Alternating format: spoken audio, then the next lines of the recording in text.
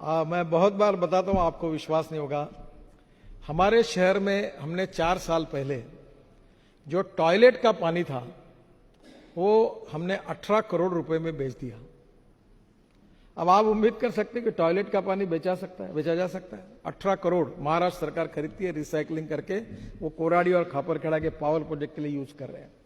और अभी 10 दिन पहले हमने एग्रीमेंट नया किया और पानी दे रहे, और हमको साल के म्यूनिसिपल कारपोरेशन कितने मिलेंगे पता है आपको? 78 करोड़। केवल टॉयलेट का पानी बेचकर हमको 78 करोड़ मिल रहे हैं। तो मैं कहता हूं कि नो वन इज वेस्ट,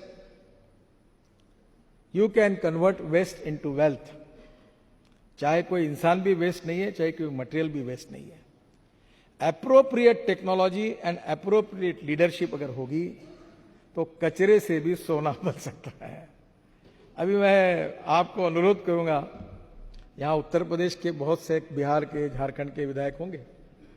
अभी एक पानी जो हमने निकाला, ये पानी से अभी हम मीथेन निकाल रहे हैं नागपुर में, और मीथेन से CO2 अलग करके बायो CNG निकालकर 50 से 55 बसेस उस पर चला रहे हैं। Pollution free, cost effective import substitute. अब ये गंगा के किनारे पर मैं 125 बायोडाइजेस्टर बना रहा हूं, और ये यमुना पे बना रहा हूं, ये दिल्ली में है, पानीपत से शुरू है। 40 उपनदी और नाले हैं जहां भी हम लोग काम कर रहे हैं। 189 प्रोजेक्ट्स कर रहे हैं, 25,000 करोड़ खर्चा कर रहे हैं। 100% हम पैसा खर्चा कर रहे हैं। अब मेरी योजना यह है कि जिसके लिए मैं आपसे अनुरोध करता हूं कि गंगा के किनारे पर जो विधायक वो सामने आए, वो जो बायोडाइजेस्टर से पानी शुद्ध होगा। तो मैं पावर मंत्री जी के पास गया, मैंने कहा आप मेरे गंगा के लिए मुझे आपका एक सहयोग चाहिए कि गंगा के किनारे पर टोटल 24 पावर प्रोजेक्ट है। बिहार में है, झारखंड में है, उत्तर प्रदेश में है, ये सभी गंगा के किनारे पर है। तो आप उसमें मेरा पानी आप पावर जनरेशन के लिए यूज करो। गंगा का सीवेज वाटर मैं अच्छा करके आपको देता हूं। ये पाइपलाइन से पहुंचा तो 1 पैसा शायद बिजली महंगी होगी, पर शायद सस्ता भी हो सकता है। जब मैंने उनको कहा, उन्होंने कहा 12 प्रोजेक्ट हमारे चालू में पानी लेने के लिए तैयार हुआ, हमारा अभी एग्रीमेंट होगा। उन्होंने ऑर्डर भी निकाला है, और ये पूरा गंदा पानी मैं जो गंगा का शुद्ध करके उनको बेचूंगा, उससे पैसे मिलेंगे। फिर मैं रेलवे मिनिस्ट्री के पास गया, मतलब आपकी जो गंगा के किनारे पर रेलवे स्टेशन है, जो गाड़ियां जाती हो धोते हो, तो गाड़ी धोने के लिए हमारा पानी यूज करो, आप खरीद लो तो उससे पैसे मिलेंगे। अब वो पानी को हम बेचेंगे, उसके बाद उसी पानी से मीथेन निकालकर CO2 अलग करके, वो CO2 से भी आइस क्यूब बनती है। आज बड़े बड़े 5 स्टार होटल में जो ड्रिंक्स लेते हैं तो जो आइस क्यूब होती है वो इससे बनते हैं। तो मैंने उनको कहा कि आप एक काम करिए कि ये जो बायो CNG है, इससे बसेस चलेगी, ट्रक चलेगी, ये सब बातें संभव है। तो गंगा ये हमारे लिए वरदान बन सकती है, हमारे रोजगार का साधन बन सकती है। अभी मैं परसों टुटीकोरिन गया था तमिलनाडु में, और मैं सोच रहा था कि इतना धूप थी, पानी नहीं है, सब लोग अस्वस्थ हो रहे थे। तो मैंने कुछ इंजीनियर्स को बुलाया था, और अब ये नई कल्पना ऐसी मेरे मन में आउट ऑफ बॉक्स बातें बहुत आती है। तो मैंने उनको कहा कि ये जो चेन्नई में आप पीने का पानी दे रहे हैं, जिसका डिसैलिनेशन कर रहे हैं, ये कॉस्ट कितनी आती है? तो उन्होंने कहा सर अब टेक्नोलॉजी बहुत सस्ती हो गई है। बहुत खिंचातानी करके उन्होंने मुझे कहा कि 5 पैसे पर लीटर अच्छा शुद्ध स्वच्छ जल मिल सकता है। अब मैंने कहा इसको समुद्र में हम अगर सोलर एनर्जी पर अगर ये सिस्टम चलाएंगे तो बोले और पैसे कम हो सकते हैं। अब मैं स्टडी कर रहा हूं कि डैम बनाकर बरसात का पानी रोककर वो पानी पीने के लिए देने के बजाय और खेती के लिए देने के बजाय, जो 7,500 किलोमीटर का समुद्र किनारा है, वहां सोलर से पानी तैयार करना, पानी डिसैलिनेशन करना, और वो पानी पीने के लिए और खेती के लिए अगर यूज किया जाए तो क्या वो पानी अपने को पुरा सकता है क्या? अभी उसका रिसर्च शुरू किया है। अगर ये किया तो बंगाल से लेकर, उड़ीसा से लेकर, तमिलनाडु से लेकर, हम कर्नाटक के पार्ट में अनेक जगह पर पीने के पानी का समुद्र में डिसैलिनेशन करके कर सकते हैं। और इसलिए ऐसी अनेक बातें जो टेक्नोलॉजी के कारण बदली हुई, जिससे आपके क्षेत्र का जीवन सुसही हो सकता है।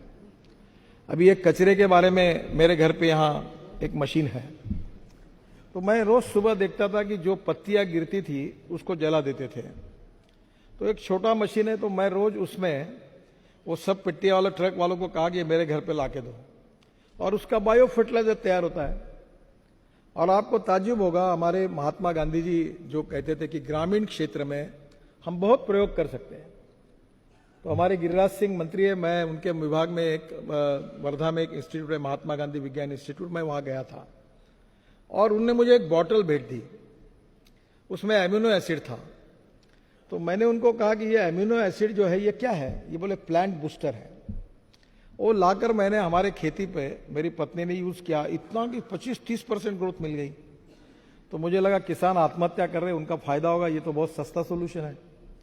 तो मुझे लगा इसमें राजनीति भी होगी कि नागपुर में जो हेयर कटिंग सलून और ब्यूटी पार्लर वाले हैं उनके 50 रुपए किलो में अगर बाल खरीदी करूंगा तो उनको भी जरा अच्छा लगेगा कि वो फेंक देते थे।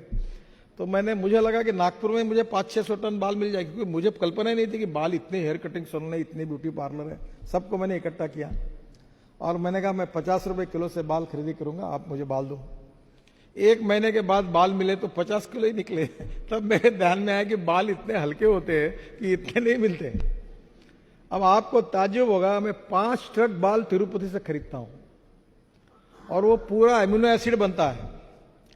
फिर एक राज्यसभा में एक एमपी है अभी, डॉक्टर विकास महात्मा, उनको पद्मश्री मिली, वो जो भेड़ बकरी का उस कम्युनिटी से है। तो मैंने कहा डॉक्टर तू फालतू काम मत कर, तुम ये भेड़ बकरी के बाल काटने का काम शुरू कर। तो उन्होंने चालू किया, तो उन्होंने अभी मुझे 3 टन बाल ला के दिए बकरियों के काट के। तो गांव के लड़के उतने होशियार है कि उन्होंने कुत्ते के बाल, बैलों के बाल, भैंसों के बाल काटना शुरू किया, उससे भी एमिनो एसिड बनता है। आपको ताज्जुब होगा, 900 रुपए की बोतल हमने 300 रुपए में दी। धंधा नहीं करना था। अब इतना मार्केट में पॉपुलर हुआ कि पिछले मार्च में हमको 3.5 करोड़ रुपए प्रॉफिट हुआ।